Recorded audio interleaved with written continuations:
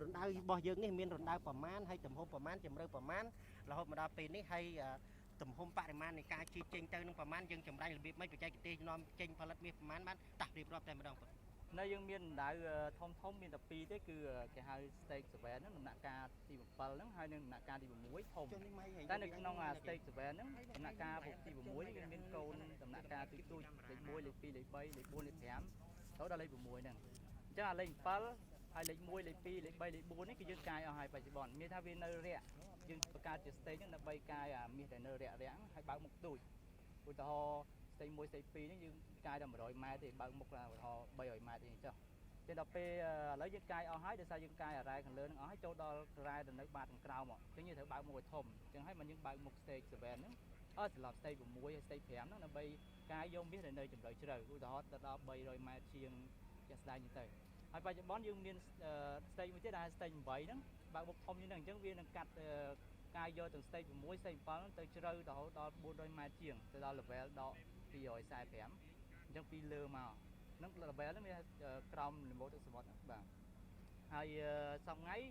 យើងធ្វើការដឹកដោយប្រើឡាន100តោនហើយនឹង HK នោះគឺ HK ប៉ាលវាប្រហែលជា5ម៉ែត្រគីបហើយយើងធ្វើការកាយមួយថ្ងៃខ្ទង់ប្រហែលជា17,500ម៉ែត្រគីបក្នុងមួយថ្ងៃដើម្បីជីកយកថ្មហ្នឹងចេញពីរណ្ដៅទៅធ្វើដើម្បីធ្វើការចំណាញ់តែក្នុងថ្មហ្នឹងមិនមែនមានតែមាសទេមានសំណល់ថ្មហើយនឹងមានមាសវាមានលោហៈធាតុក្នុងហ្នឹងអញ្ចឹងរបស់ដែលមានលោហៈធាតុមានរ៉ែហ្នឹងគឺយើងយកទៅចាក់នៅលើរ៉មនៃកន្លែងស្តុករ៉ែហ្នឹងដើម្បីធ្វើការចំណាញ់ដោយធ្វើការបំបែកថ្មហ្នឹងហើយដាក់ចូលទៅក្នុង processing plant នៅកន្លែងចំណាញ់មាសរបស់យើងដើម្បីប្រតិកម្មជាមួយនឹងគីមីផ្សេងៗហ្នឹងដើម្បីដកយកមាសងាប់ឯសំណល់ថ្មដែលអត់មានមាសអត់មានសន្ទុះរ៉ែហ្នឹងគឺយើងយកទៅចោលលើវេសស្ដាំដែលជាកន្លែងគេហៅចាក់សំណល់ថ្មដែលចេញពីការកាយរបស់យើងអញ្ចឹងនៅកន្លែងកាយចាក់សំណល់ថ្មនេះយើងបែងចែកជាប្រភេទផ្សេងៗគ្នាទៅបើសំណល់ហ្នឹងវាបង្កជាអាស៊ីតយើងចាក់វាខាងក្នុងបើវាអត់បង្កជាអាស៊ីតយើងចាក់វាខាងក្រៅហើយបើវាជួយប្រសាអាស៊ីតដែលគេហៅ ANC អីហ្នឹងPFNF អីហ្នឹងគឺយើងចាក់បានក្រម ANC ដើម្បីប្រសាអាស៊ីតហ្នឹងអញ្ចឹង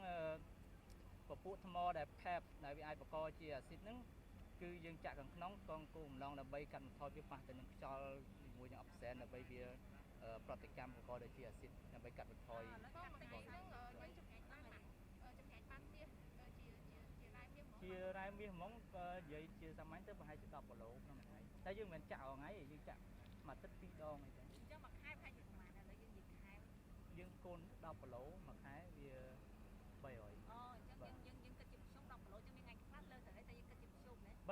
បាទជាមធ្យមនិយាយមួយឆ្នាំ3តោន target យើងគឺប៉ុណ្ណឹងបាទអញ្ចឹងថ្ងៃលើ target នៅថ្ងៃមួយឆ្នាំដោយពេលខ្លះលើសតិចតួចពេលខ្លះតែពីច្រើនលើសហើយយើងចាប់ដើមបាន3 4ឆ្នាំហើយអញ្ចឹងឆ្នាំនេះប្រហែលជាអាចថាយើងស្ទើរតិចមកទៅដោយសារអីយើងបើកមុខដូចខ្ញុំបង្ហាញអញ្ចឹងយើងបើកមុខជ្រៅចោះទៅយករ៉ែនៅជ្រៅអញ្ចឹងវាអាកាសរបស់យើងយករ៉ែវានៅបាតក្រោមអញ្ចឹងខាងលើនេះសិតតែវេះអញ្ចឹងយើងបានរ៉ែតិចទៅធ្វើការចម្រាញ់អញ្ចឹងសារនេះបានរ៉ែចម្រាញ់បានយកទៅណារ៉ែចម្រាញ់បានគឺជាដុំមាសហ្នឹងគឺច្រើន 90% ហ្នឹងហើយពេលយើងស្លហើយឆ្លងដំណាក់កាលប្រសេះហើយអស់ចេញជាដុំមាសមកមិនមែនមានតែមាសសតទេចឹងមានតែ 90% វាមានតុងដែងមានប្រាក់មានអីនៅក្នុងហ្នឹងតែក្រុមហ៊ុននេះក៏អត់ចម្រាញ់ប្រសិទ្ធទាំងអស់ហើយព្រោះវាត្រូវការបាក់ប្រតិកម្មបន្ថែមទៀតអញ្ចឹងយើងលក់អាដុំមាស 90% ហ្នឹងទៅក្រៅប្រទេសដើម្បីគាត់ប្រសិទ្ធបន្តបែងចែកតុងដែងវាតាំងពីបើគាត់ប្រតិបត្តិការរហូតមកដល់ឥឡូវយើងអាចថាចម្រាញ់បានប្រហែលតុងអូអត់ច្បាស់ហើយនេះខ្ញុំអត់ច្បាស់ហើយតែពលមួយពលមួយដុំពួកគាត់ស្លោម្ដងគាត់ចាក់ជាដុំម្ដងឥឡូវចង់ដឹងចាក់បុគ្គលិកមិនថាថ្នាក់លើមិនថាថ្នាក់ក្រោមទេបុគ្គលិកខ្មែរថៃចំណាត់បុគ្គលិកបរទេសថៃចំណាត់នឹងមកនេះប្រភេទអីបងទងប្រហែលជាបុគ្គលិកទាំងអស់ទាំងអ្នកបច្ចេកទេសទាំងកម្មករទៅកង់ឡានអីចូលប្រហែលជា400នាក់ប្រហែលហ្នឹងហើយតួលេខច្បាស់ខ្ញុំអត់ច្បាស់ដែរប៉ុន្តែតួលេខប្រហែលប៉ុណ្ណឹងហើយបរទេសទងប្រហែលជា30-40នាក់ទេអញ្ចឹងបរទេសវាច្រើនជាដូចថាមេរបស់ផ្នែកមួយបាទហើយនឹងអ្នកគ្រប់គ្រងmanager ហ្នឹងគឺជាបរទេសហើយក្រុមហ៊ុនហ្នឹងវិនិយោគអស់ប្រហែលលានដុល្លារទៅក្រុមហ៊ុននេះគាត់វិនិយោគអស់ច្រើនតាំងពីដំណាក់កាលរុករមកព្រោះគាត់រុករមកព្រោះអាកាសនៃការវិនិយោគលើរ៉ែមាសពេលខ្លះវាពិតដែរឧទាហរណ៍យើងវិនិយោគលើការរុករបើយើងរុករអត់ឃើញយើងខាត់លុយអស់ប្រហែលលានហ្នឹងទៅអញ្ចឹង10ថ្ងៃគាត់រុករឃើញកន្លែងនេះមួយហើយនឹងមួយមុតមួយហើយអញ្ចឹងកន្លែងនេះគាត់រុករពីមុនមកអស់ប្រហែលលានខ្ញុំអត់ច្បាស់ដែរប៉ុន្តែ ក្នុងការពេលដែលរុករកឃើញគាត់ទៅសំអាជ្ញាប័ណ្ណឲ្យទៅឡើងរោងចក្រយើងរោងចក្រនោះទៅឡើងអស់ដូចជា100 លានដុល្លារគាត់ទៅធ្វើរោងចក្រដើម្បីចម្រាញ់មាសហ្នឹងហើយបូករួមនឹងគាត់ចំណាយលុយទៅលើគ្រឿងចក្រផ្សេងៗទៀតវាអស់ខ្ទង់10 លានដុល្លារទៀតប៉ុន្តែយើងគាត់មានក្រុមហ៊ុនដូចថាម៉ៅការមួយមក OPMS ហ្នឹងគាត់ទទួលបន្ទុកក្នុងការកាយអញ្ចឹងគាត់នឹងចំណាយដើមទុនដំបូងមកគាត់ទៅធ្វើការទិញគ្រឿងចក្រយកមកដើម្បីធ្វើការបំទុះកាយអីហ្នឹងហើយ ចុះមិនមុនហ្នឹងគាត់ចាប់ផ្ដើមទៀតហ្នឹង មួយមុតនេះអត់ទាន់ផ្លូវការទៅចាប់ដើមពេលណាគ្រាន់តែមានសហការនិពលក្នុងការធ្វើការអាជីវកម្ម មានកម្រងសម្រាប់ដៅពីលឹងថែមទៀត ប៉ុន្តែពីនោះពង្រីកទៅ stage 8ដែលខ្ញុំលើកឡើងដំបូងហ្នឹងដំណាក់កាលទី8ហ្នឹងឧទាហរណ៍ដូចកន្លែងយើងឈរនេះអាចផ្ទុះកាយបន្តទៀតនៅពេលដែល ទូចឥឡូវយើងទៅធ្វើការដដែលអត់ បណ្ដៅទូចនេះ stage 7នេះយើងចប់ហើយប៉ុន្តែដូចខ្ញុំលើកឡើងអញ្ចឹងយើងមានកម្រង underground វាថាធ្វើក្រោមដីទៅទៀតតែអត់ទាន់ជាផ្លូវការណាគាត់ថាកម្រងរបស់យើងគឺនឹងធ្វើ underground ចោះទៅទៀតអញ្ចឹងអា stage 7ហ្នឹងអាចធ្វើជារុនមួយដើម្បីរុនចោះទៅខាងក្រោមបន្តទៀតទៅយករ៉ែដែលនៅខាងក្រោមនោះដោយសាររ៉ែខាងក្រោមហ្នឹងយើងបើកមុខធំពេកវាអត់ចំណេញអញ្ចឹងធ្វើទៅតទៀត ដល់ stage 8 អើ stage 8កំពុងតែរចនានឹងគ្រោងធ្វើការកាយអញ្ចឹងយើងសប្ងៃ stage 6 ហើយ stage 5 បាទខ្ញុំសូមសំណួរចុងក្រោយ